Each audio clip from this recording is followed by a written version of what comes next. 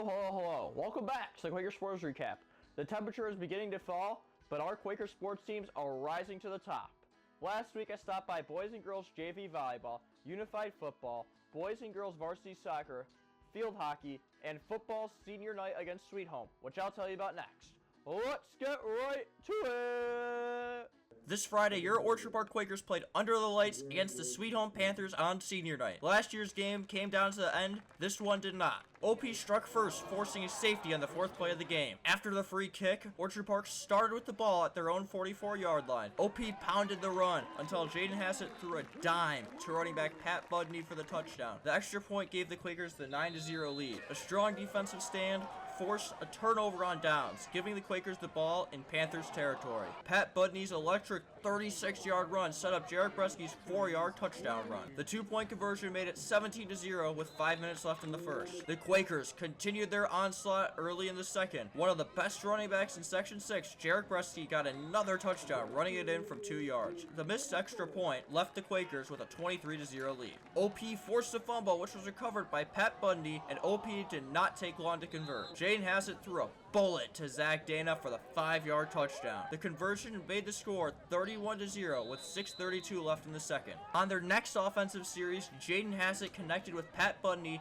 at OP's 30-yard line, and Bundy did the rest, sprinting the remaining 70 yards to the house for another Orchard Park touchdown, growing the Quakers' lead to 38-0. Jake Janis forced another Sweet Home turnover to give the Quakers great field position at Sweet Home's 44-yard line. Jarek Bresky had a Madden-like highlight reel for a 37-yard run to set up OP with great position at Sweet Home's 7-yard line. Bresky followed up the next play with another top 10 Sports Center highlight reel moment, fighting out 4 Panthers as he ran it in 7 yards for a touchdown.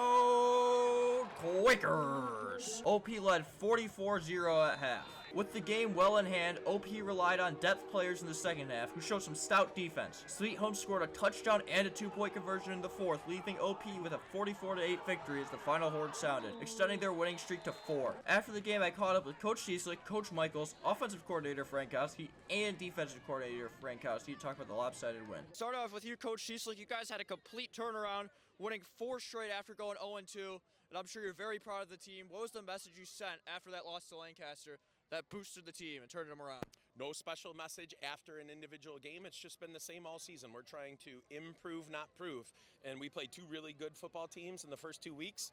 The first one, we didn't play well at all. The second one, we played a great game. We just ran out of time. So really proud of the guys and proud of these guys for putting together great game plans as always. All right, Coach Michaels, a lot of guys who typically don't get to play a ton played in the second half. What is it that you looking for these players? We're going to need someone to step up at some point. You never know when it happens in football, and these guys practice their butts off, and they deserve that time. So we are just great to watch them go and use that time to hopefully prepare us for a good playoff run.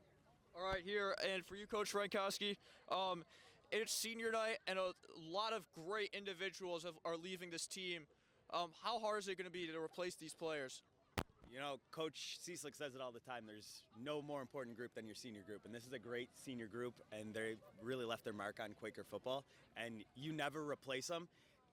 The new senior group kind of takes it and makes it their own, so that's what we're expecting out of the juniors next year. And now it's the other Coach Frankowski over here.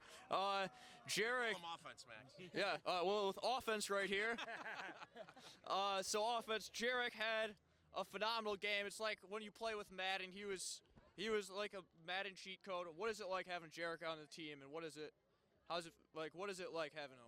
You know, you're blessed as a coach when you got athletes like that want to play as hard as they do, and you know the way that Jarek, can see the field and breaks tackles, and just what I ask of him is so much. But Jarek will tell you, like, the guys in front of him help him out, and then even the other guys that are stock blocking for him, and all the stuff that we ask them to do to kind of open up holes for Jarek. And so it's a total team effort. But I tell you, it's nice having 14 back there. It makes my life easy.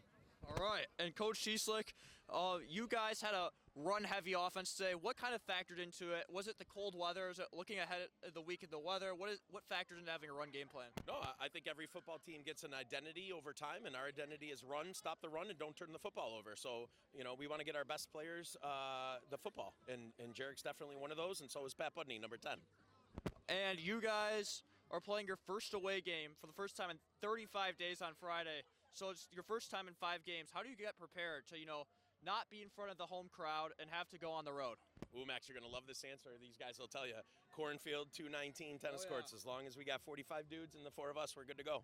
That was a dominant and entertaining win for our football team on senior night. But football wasn't the only team winning games last week. Let's see how all of our teams did.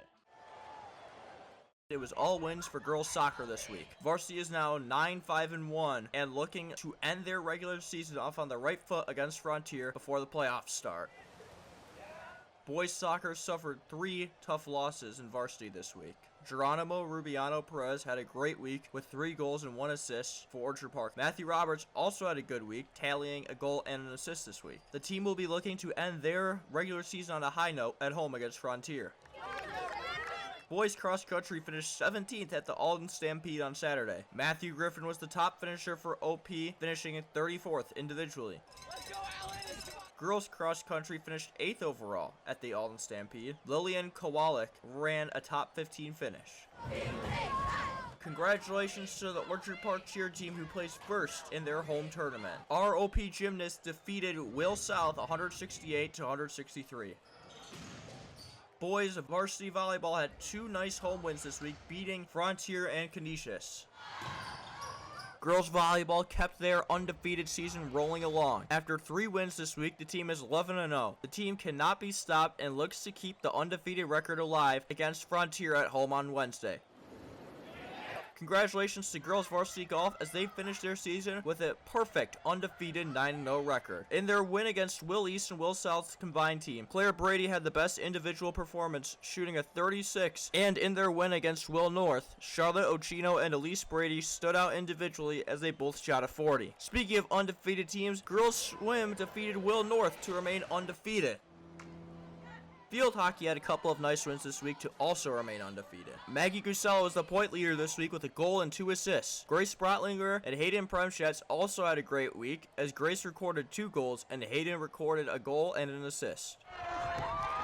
Both varsity and JV football beat up on Sweet Home. Pat Budney had a great game for OP as he accumulated 131 total yards of offense and had 2 receiving touchdowns. Jarek Bresky also put up a great performance, putting up 108 rushing yards and 3 rushing touchdowns. OP looks to extend their winning streak to 5 in a road contest against Hutch Tech on Friday. Up next, we have a Sever So Question segment with cross-country and track athlete Zavi Aguirre. Let's learn a little bit more about Zavi.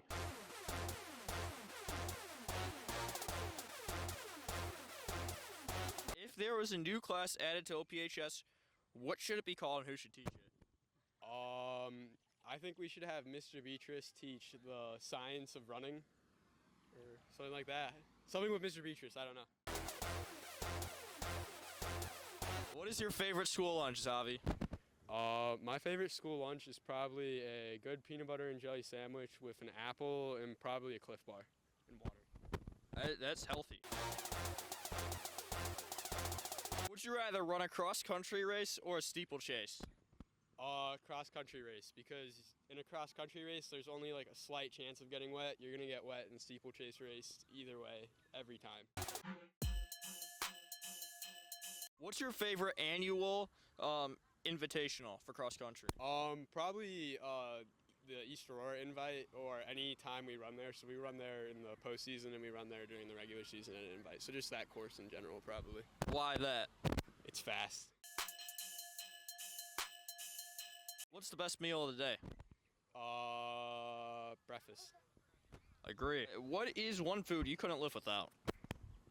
Probably Hot Pockets. Hot Pockets, really? Yeah, post long run Hot Pockets. All right. Hey, that sounds good.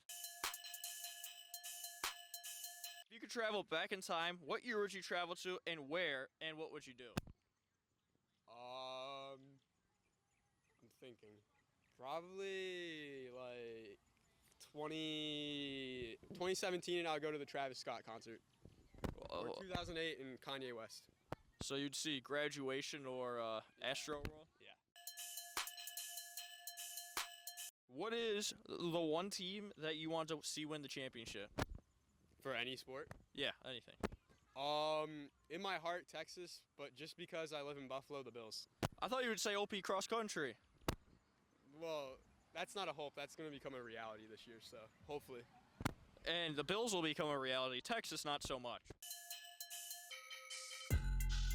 Thanks for watching this week's Quaker Sports Recap.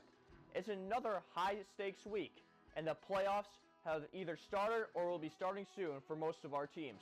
So let's get out there and cheer on our teams, and together we can shout, Go Quakers!